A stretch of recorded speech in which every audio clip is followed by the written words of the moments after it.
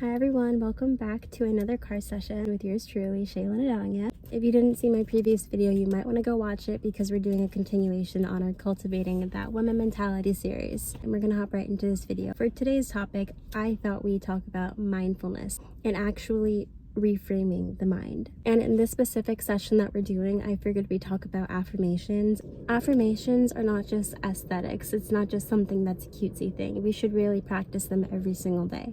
In the midst of all of life's chaos, we should still make sure our mind and our body are grounded in what's really important and what truly matters. So, without further ado, the first affirmation I have for us is, you are God's masterpiece, and don't let anyone tell you otherwise. I feel like it's such a girl thing to just compare ourselves to other girls.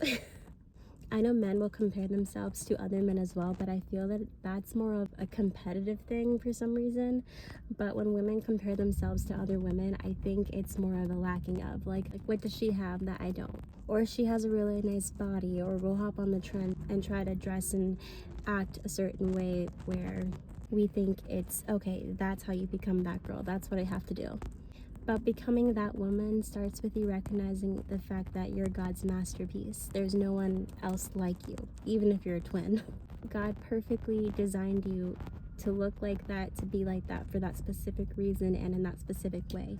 You were intrinsically designed to be just how you are. So one of the most important affirmations we should start with for our day and in our lifestyle, for our mind and our sanity, is that we are God's art. Because honestly, if you overthink it and if you compare yourselves to others, you will literally go insane.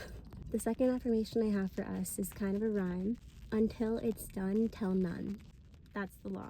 When we have all of these desires and plans and passions for our life and things we really want to do with our life, what do some of us do? We just go and tell the whole world. And for me, when I pay attention, when I feel that I overshare, I feel that energy, like that passionate energy, has just left me. And I don't think I'm the only one that feels like that. When you overshare and when you just tell this person and then you tell the next person and then you tell the next person, it gets draining. Like oversharing kind of took the power to do it away from you, and then you just don't do it. So now you're just someone who just spoke of doing something but didn't hold themselves to it. To help keep that energy and our life force inside of us, let's just move in silence for a little, and until it's done, tell none. That also goes to say that not everyone is your friend, and some people who you do tell certain things to just might be the exact person that is preying on your downfall and wants nothing but to harm you and to not see you succeed. That's not to say just keep every single little thing to yourself. That's for you to be able to self-examine. Okay, do I trust this person? What am I benefiting and what are they gaining from me sharing this to them? And that's a decision that only you can make. And if you're not sure and you're like crazy hesitant about it, just wait. There's no harm in not telling someone that specific plan and business for your life. When you have that feeling, you have uncertainty and unshaken territory, that doesn't always mean, okay, I'll just tell you anyway. Let me just go and tell you. Sometimes that means it's not worth it. Just save it. Keep it yours for a little longer. Here's our next one. When you start loving yourself, life starts loving you too. By keeping your vibrations high, you'll attract more opportunities and blessings in your life. This goes for literally everything in your life. When it comes to relationships, finances, leveling up, you can't do any of that until you actually learn to love yourself. How is someone else supposed to love you if you don't even love yourself and treat yourself the way you know you should be treated? Women attract things. They're receivers. And the difference between you not loving yourself is you attracting negativity, you attracting things that don't move you forward. When you don't love yourself and show yourself love, your vibrations are low. Your vibrations are low, what you desire will not come to your table. When you start loving yourself and you start treating yourself like the princess of God that He knows that you are, life will start loving you, and things that you want and desire will start manifesting and attracting right into your lap. The next affirmation I have for us is, I love my body, she is my home. This goes along with self-love. This goes with treating our body as a temple and our mind as a garden. This goes along with words of affirmation and the power of the tongue. It talks about that in the Bible, that the power of the tongue is the difference between life and death. Our tongue and what we speak into existence is so powerful. It's the difference between pouring life into other people and pouring death into other people and ourselves. So let's choose to love ourselves and speak kindly to ourselves and others, of course, but we're focusing on us right now. And just look at yourself in the mirror and say, I love my body, she is my home. And there's nothing wrong with that. And I don't care if you think it's cringy, there's so much power in the tongue and what you speak into your life. This next one that I have is not exactly an affirmation, it's more of a tip for life. The art of observing and not absorbing. When I first heard that quote, I thought it was so beautiful. I didn't really know what it meant though. But I was just thinking, this is so important. And when I thought about it more, I thought of watching the world around you, but making sure that you don't conform to the world's standards. Let's think about this from a spiritual aspect. Think of worldly vibrations versus spiritual vibrations.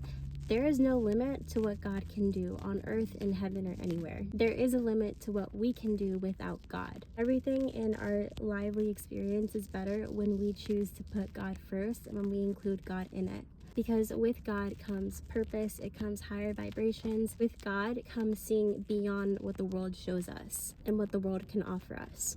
Some examples of worldly vibrations could be going to a club at like 1 or 2 a.m.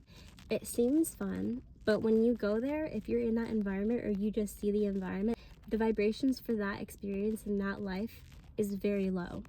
It's not going to get you anywhere. It doesn't create inspirations. It doesn't create desires. It seems fun in the moment, but will leave you empty and drained and unfulfilled. So the opposite to that for a higher vibration can be anything. It could even be going hiking in nature and enjoying God's creation, listening to music that uplifts you, that helps you, or even better, listening to no music and just being in the presence with God, taking in everything. That quietness and that nature opens up opportunity for a clear mind because you're in the nature and there's no distractions. And that blesses us with mindfulness. It blesses us with being able to see things and hear things more clearly and reflect and think about what our true desires really are. And it gives us inspirations to want a better life, to want to hack the matrix of working a 9-to-5 shift when you can make money in other ways. And whether we like it or not, this world, the earth that we live in, is full of low vibrations. And as we become more conscious of our mind and what our true desires are to becoming that woman, we can observe and see, but we should not absorb and conform to how the worldly standards are. Because we know the divine desires and vibrations sent from God can offer us way more than what the world can. So as we experience all the joys that life has to offer us, let's pay attention to the art of observing and not absorbing. Okay, I have 2 more affirmations left for us and then I'm done. This next one I have is more of a tip, but we can also make it into an affirmation, and it's being your own muse. You are your muse, or you can let Jesus be your muse. A muse is something that inspires us to be the person that we want to be, to become different, something that creates art, a flower that we see and it blossoms into something beautiful. That can be yourself. You can make that Jesus. And the reason why I say that can be you or it can be Jesus, in the Bible it talks about making disciples, and we want to work towards being more Christ-like. That's why I'm saying you can use Jesus as your muse, because we should always be working towards being more godly and Christ-like in our life. So when I think of that, I see that as a given, and that's never going to change for me, which is why I move on to the next thing, and that is I am my own muse, and you are your own muse, but not the version that you are right now. Your muse is that woman. When you think about who she is, how does she hold herself? How does she do her makeup? What does she do in her spare time? That version of that woman that you see, that's your muse. And that's where cultivating that woman mentality comes in. Think of her and who she is and her whole being, and that's your muse. So be your own muse. And I'm specifying being your own muse and not looking at other women on social media and saying, oh, I so want to be like her, because that's comparing ourselves. That's something that we don't want to do, because that will lead us down a spiral, and that will actually move us backwards, because we're not trying to be like them. We're trying to be like the best version of ourselves, because God made us all different and unique in our own ways. And as perfect as their life may seem, and it may be perfect, but they're only showing you what they want you to see. Even if you watch every single little video that they have, you can't go off that and say, I want to be like them. That even goes for this video here. Like, you can't assume that my life is perfect and be like, oh, I really want to be like her. Desires that we have and how we see that woman for ourselves, it could be completely different. So that future version of yourself is your muse. So last but certainly not least, just might be the second most important affirmation in this video. First one is you are God's art. Now here is the second one. You have the power to create all the success and prosperity that you desire in your life. Nobody else can do it for you. Only you can. There is another verse in the Bible, I'll put it up on the screen. And when I think of that affirmation that I just said, I also think of this verse. It goes along the lines of, when I was a child, I acted like a child, I thought like a child, and I did the childish things. But when I became a man, I put away with the childish things. And basically the verse is about maturing. When we were children and we were completely dependent on our parents, our life, our success, our financial situations were in their hands. But when you're an adult now, you have to put away with the childish things. Your child self that made you feel safe and secure, that were in the hands of your parents and your guardians, you have to now put them into your own hands. Because you're an adult now, you're a grown woman. They can't do it for you, those days are over. The sooner you realize that, the better off you'll be. When you were a child and your parents said, okay, well, this is your curfew, it's cold outside, you have to put a jacket on, those are all in your hands now. I like to say that I treat myself like a princess. I literally have a blanket in my car that is meant for my car. This is literally my car blanket. When I'm the passenger princess, I will put on my heated seat. The air conditioning's on low. For some reason, I love being freezing cold with a blanket on and a heated seat. That's just my comfort. That's me treating myself like a princess, like a child. Treating yourself like a baby sometimes. Treating yourself with love. Because whether your parents are on earth or in heaven, when you're an adult, those days are kind of over. Treating yourself like that and showing actual love can help heal childhood trauma. And showing yourself and telling yourself that it is safe for you to be soft in your soft feminine energy. Yes, it is possible, even though I am independent and I need to start being dependent on myself and reliant on myself, because no one can give me the life that I want except for me. Don't you dare put your future and your success into the hands of someone else.